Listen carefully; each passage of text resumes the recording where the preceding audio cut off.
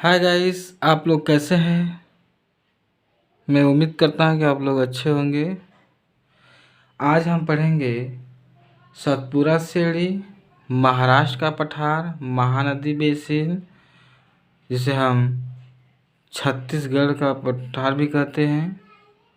अब उड़ीसा सीढ़ी, उड़ीसा का पठार पढ़ेंगे आज हम।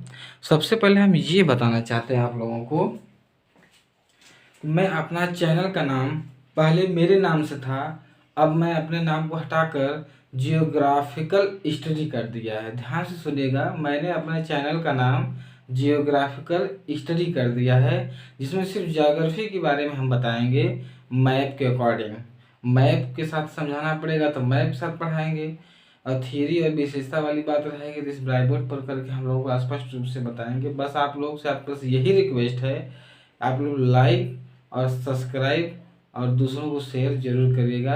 बस मुझसे आप यही कहना है, मुझे आपसे यही कहना है। चलिए अब हम पढ़ते हैं सतपुरा सीढ़ी, महाराष्ट्र का पठार, महानदी बेसिन और उड़ीसा सीढ़ी। हम चारों को टॉपिक को एक साथ बताने वाले हैं। चलिए देखते हैं सतपुरा सीढ़ी। ये देख रहे हैं आप, ये जो हमने लाइन बनाया है यह सतपुरा सीढ़ी है, और इस सतपुरा सीढ़ी और यह सतपुरा सीढ़ी राजपीपला पहाड़ी से लेकर छोटा नागपुर के पठार तक, राजपीपला से लेकर छोटा नागपुर के पठार तक ये सतपुरा प्रकार की सीढ़ी पाई जाती है। और यह सतपुरा सीढ़ी जो कि आप लोगों को पता है, यहाँ पर अरावली सीढ़ी है, हमने बता चुका है। तो ये नर्मदा सीढ़ी, मतलब सतपुरा सीढ़ी के उत्तर में नर्मदा नदी पाई जाती है और उसके दक्षिण में ताप्ती नदी पाई जाती है। आप लोगों को ध्यान देना होगा, यही पूछता है कि सतपुरा सीढ़ी के उत्तर में कौन सी नदी बहती है और सतपुरा सीढ़ी के दक्षिण में कौन सी नदी बहती है। तो सतपुरा सीढ़ी राजपीपला पहाड़ी से लेकर छोटा नागपुर तक होता है, और इसके उत्तर में नर्मदा नदी, दक्षिण में ताप्ती नदी होती है। ये हुआ अरावली सीढ़ी, सॉरी ये अरावली सीढ़ी हो गया। आप लोगों को पता हो गया होगा, कि आप लोगों को समझ में आ गया होगा ये अरावली सीढ़ी है। उसके बाद हमें पढ़ना है पठार, महाराष्ट्र का पठार।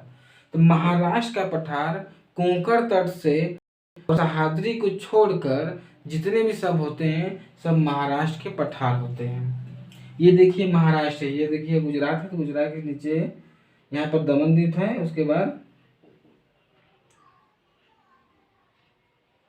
महाराष्ट्र का पठार, ये महाराष्ट्र है। तो महाराष्ट्र के पठार में कोंकण तट से लेकर, मतलब कोंकण तट और सह्याद्री को छोड़कर जो है पूरा महाराष्ट्र ही है। और इसका विस्तार कोंकण तट सह्याद्री को छोड़कर संपूर्ण महाराष्ट्र राज्य पर है। और इसमें कुछ प्रमुख पठार और शिलाएं पाई जाती हैं, पहाड़ियां पाई जाती हैं। पहला अजंता की पहाड़ी, इंपॉर्टेंट है, पूछ देगा कि अजंता की पहाड़ी कहाँ है, तो महाराष्ट्र में। गोदावरी घाटी महाराष्ट्र में। अहमदनगर बालाघाट पठार महाराष्ट्र में। भीमा बेसिन महाराष्ट्र में। महादेव उच्च भूमि महाराष्ट्र में। ये बहुत ही इम्पोर्टेंट है, आपको याद रखना चाहिए। अजंता की पहाड़ियाँ, गोदावरी घाटी, अहमदनगर बालाघाट पठार, भीमा बेसिन और महादेवी उच्च भूमि, यह कहाँ है, महादेव उच्च भूमि, यह सब महाराष्ट्र में पाए जाते हैं।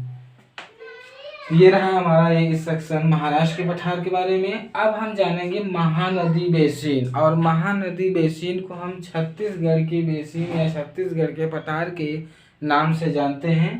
ये देख लीजिए, मान लीजिए ये झारखंड हो गया, ये पश्चिम बंगाल हो गया, तो ये छत्तीसगढ़ हम मान लेते हैं ये छत्तीसगढ़ है। और इस छत्तीसगढ़ में महानदी बेसिन, इसी को हम महानदी बेसिन कहते हैं, और यही हम मानते हैं इसे छत्तीसगढ़ का पठार भी कहा जाता है। और इसके उत्तर में लेरमी पठार, पेंड्रा पठार, छोटी पहाड़ियाँ और रायगढ़ पहाड़ियाँ मिलती हैं।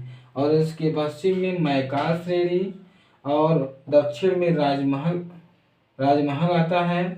और इसके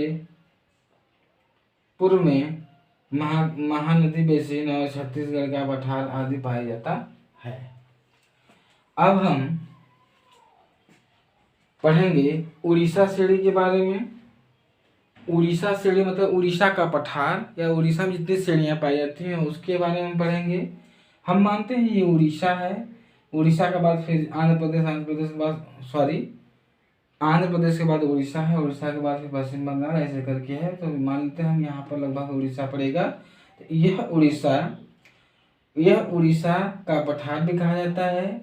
इसमें मलयगिरी और मेघसानी पहाड़ियाँ भी पाई जाती हैं। और इसके उत्तर में उड़ीसा के उत्तर में छोटा नागपुर का पठार पाया जाता है। पश्चिम में महानदी पाई जाती है। पूर्व में उत्काल मैदान पाया जाता है। दक्षिण में पूर्वी घाट पाया जाता है। जैसे हम पढ़ाएंगे आगे आगे चलेंगे तो इधर हम कहते हैं पूर्वी घाट, इधर कहते हैं पश्चिमी घाट। इसके बारे में हम चर्चा करेंगे इन लोगों के बाद, उसी का नंबर ही है। तो पूर्वी घाट जिसके दक्षिण में क्या है, पूर्वी घाट, ये है पूर्वी घाट। ये जितने भी क्षेत्र सब पूर्वी घाट के अंतर्गत आते हैं, ये पश्चिमी घाट के अंतर्गत आता है। तो आई होप कि आप लोगों को ये समझ में आ गया होगा कि कौन कौन से पर्वत पाए जाते हैं और कौन से पठार पाए जाते हैं, उसमें कितनी घाटियां हैं, कैसे कैसे पाया जाता है। तो यह इसी तरह से आपको मैपिंग के अकॉर्डिंग आगे और विस्तार से हम बताना चाहेंगे। लेकिन एक बार मैं क्लास को ओवर करने से पहले एक बार मैं जरूर कहूँगा कि हम जब शुरू में पढ़ा रहे थे सतपुरा श्रेणी के बारे में हमने बताया कि राजपीपला से लेकर छोटा नागपुर तक पठार तक चलता है। और इसके उत्तर में नर्मदा नदी बहती है और दक्षिण में ताप्ती नदी बहती है। और हाँ, सबसे ऊंची चोटी धूपगढ़ है। सतपुरा श्रेणी की सबसे ऊंची चोटी धूपगढ़ है जो 1350 मीटर है। और मैकाल का सर्वोच्च शिखर और सतपुरा का दूसरी शिखर अमरकंटक है। सतपुरा श्रेणी का ये जो सतपुरा श्रेणी है इसमें सबसे ऊंची चोटी धूपगढ़ है जो 1350 मीटर है। और दूसरा अमरकंटक है जो 1066 मीटर है। और यह मैकाल का सर्वोच्च चोटी अमरकंटक को कहा जाता है। आई होप कि आप लोगों को समझ में आ गया होगा। अब हम अगले सेशन से पढ़ने से पहले हम ये बताएंगे, आप लोगों से मैं रिक्वेस्ट करता हूँ कि आप लोग जितना भी लाइक करेंगे, जितना भी सब्सक्राइब करेंगे, तब मेरा भी मनोबल बढ़ेगा आप लोगों को और ज़्यादा विस्तार से पढ़ाने के लिए। चलिए आज के लिए मैं बस यही कहूँगा कि आप लोग जितना शेयर करना चाहते हैं आप शेयर करिए और लाइक करिए और सब्सक्राइब बटन ज़रूर बताइए, ताकि मैं जो भी यहाँ पर पढ़ाऊँ सबसे पहले आपसे संपर्क करें या आपको पहले प्राप्त हो। जो भी लिंक हम यहाँ पर पढ़ाएं आपको पहले लिंक मिल जाए। चलिए, अच्छा, धन्यवाद।